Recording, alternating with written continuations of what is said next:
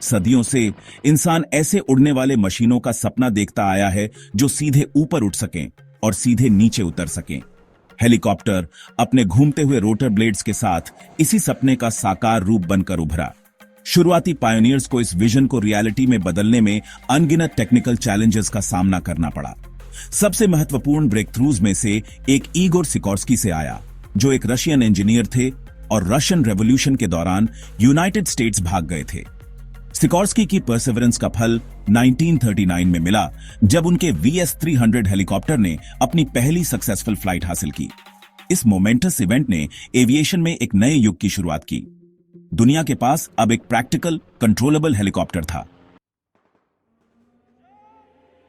1939 में दूसरे विश्व युद्ध के छिड़ने ने हेलीकॉप्टर समेत मिलिट्री टेक्नोलॉजीज के विकास को तेज कर दिया। United states army air forces ने सर्च एंड रेस्क्यू, लिएजॉन और ऑब्जर्वेशन मिशंस के लिए हेलीकॉप्टर्स की क्षमता को पहचाना। VS-300 का एक एवोल्यूशन, सिकोर्स्की R4, दुनिया का पहला मैस प्रोड्यूस्ड हेलीकॉप्टर बन गया। यह 1944 में USAF के साथ सर्विस में आया। यह एक छोटा, रिलेटिवली फ्रैजाइल एयरक्राफ्ट था, लेकिन इसने कई रोल्स में अपनी वर्थ साबित की। R4 का primary mission downed air cruise का रेस्क्यू था। यह दुश्मन की लाइंस के पीछे उड़ान भरता था ताकि डाउन्ड पायलट्स और एयर क्रू को हॉस्टाइल टेरिटोरी से बचाया जा सके। R4 ने पर्सनल और सप्लाईज को ट्रांसपोर्ट करने में भी अपनी वर्थ साबित की। इसने पैसिफिक और यूरोपियन थिएटर्स में रिकनेसेंस मिशंस को अंजाम दिया। युद्ध पर R4 का इंपैक्ट ज्यादा नहीं था, लेकिन इसने कम्बैट में हेलीकॉप्टर्स की पोटेंशियल को डेमोन्स्ट्रेट किया। R4 ने पोस्ट वॉर एरा में बड़े और अधिक केपेबल हेलीकॉप्टर्स के विकास का मार्ग प्रशस्त किया। कहीं से भी अचानक प्रकट होने की क्षमता के कारण जापानियों ने इसे गैडफ्लाई उपनाम दिया। 1955 से 1975 तक चले वियतनाम वॉर ने मिलिट्री हेलीकॉप्टर्स के एवोल्यूशन में एक टर्निंग पॉइंट साबित हुआ। इस कॉन्फ्लिक्ट के घने जंगल और challenging terrain rotary wing aircraft के लिए आइडियल साबित हुए। किसी भी हेलीकॉप्टर ने इसे आइकॉनिक बेल UH-1 इरोक्वॉय, जिसे ह्यूई के नाम से जाना जाता है, से बेहतर एग्जेम्पलीफाई नहीं किया। मेडिकल इवैक्यूएशन और यूटिलिटी हेलीकॉप्टर के लिए US आर्मी की रिक्वायरमेंट के रिस्पांस में बेल हेलीकॉप्टर द्वारा डिजाइन किया गया ह्यूई ने अपनी पहली उड़ान 1956 में भरी।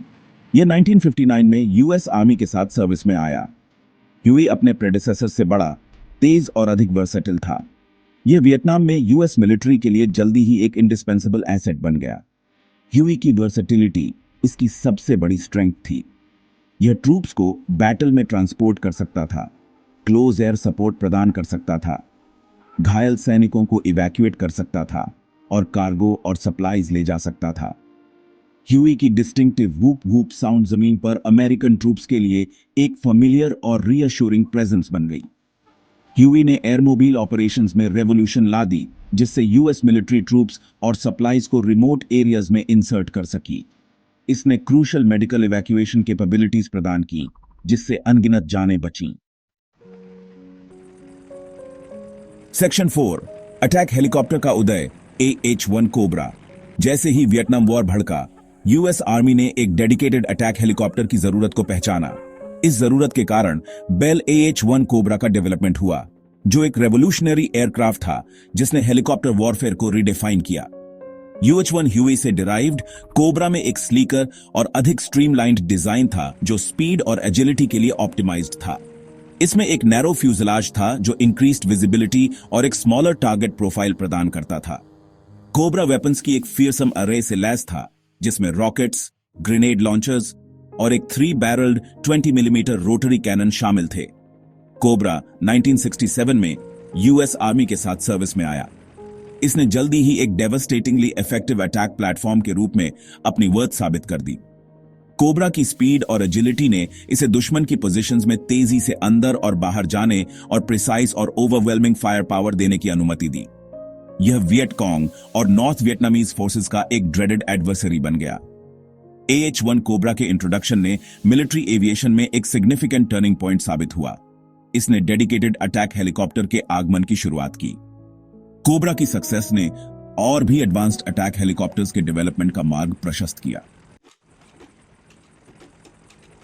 सेक्शन 5, शीत युद्ध का दबदबा, AH-64 अपैची।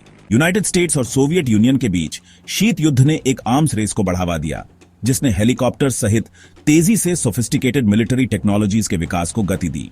यूएस आर्मी ने सोवियत आर्मर्ड फोर्सेस से उत्पन्न बढ़ते खतरे का मुकाबला करने के लिए एक नए अटैक हेलीकॉप्टर की मांग की। इस जरूरत के कारण मैकडॉनल्ड डगलस अब बोइंग AH-64 अपैची का डेवलपमेंट हुआ, जो अब तक बनाए गए सबसे एडवांस्ड और सक्सेसफुल अटैक हेलीकॉप्टर्स में से एक है।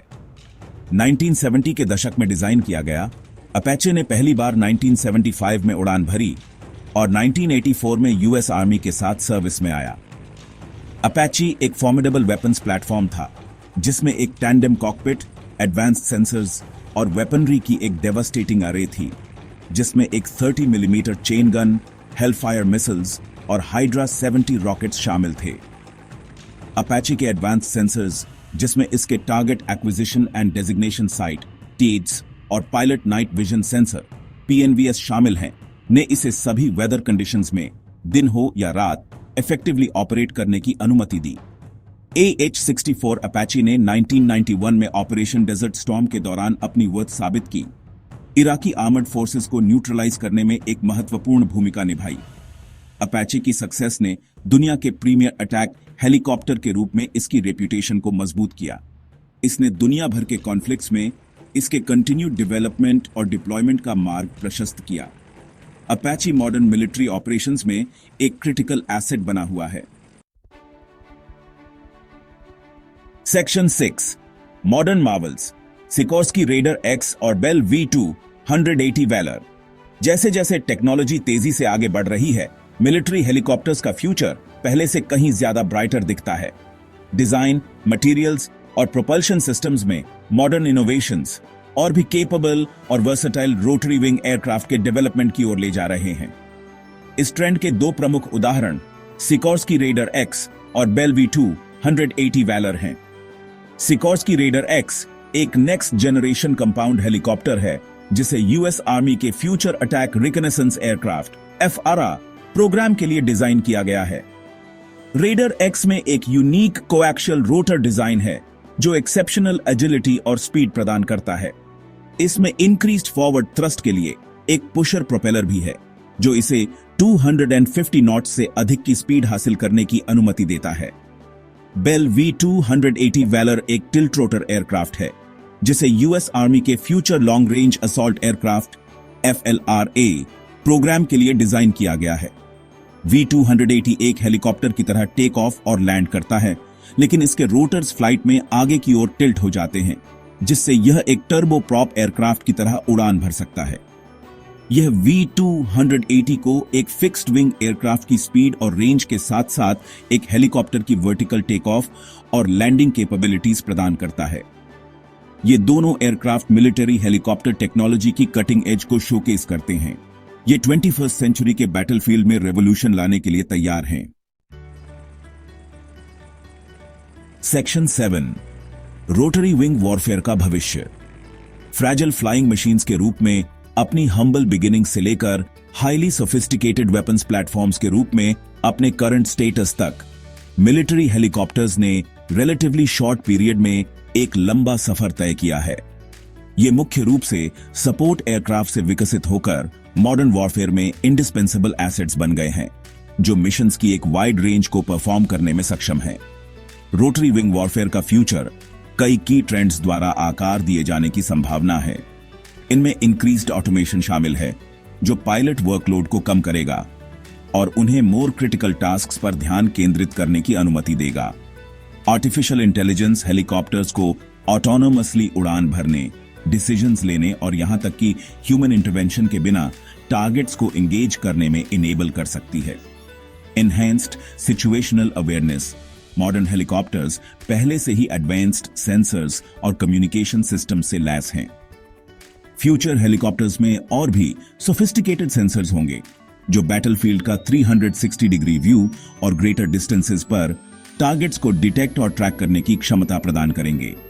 Improved survivability. Helicopters inherently enemy fire के प्रति वल्नरेबल होते हैं। मैन्युफैक्चरर्स लगातार उनकी सर्वाइवेबिलिटी को बेहतर बनाने के लिए नई टेक्नोलॉजीज डेवलप कर रहे हैं। जिनमें advanced armour, electronic counter measures और सिग्नेचर रिडक्शन टेक्नोलॉजीज शामिल हैं। Multi domain operations.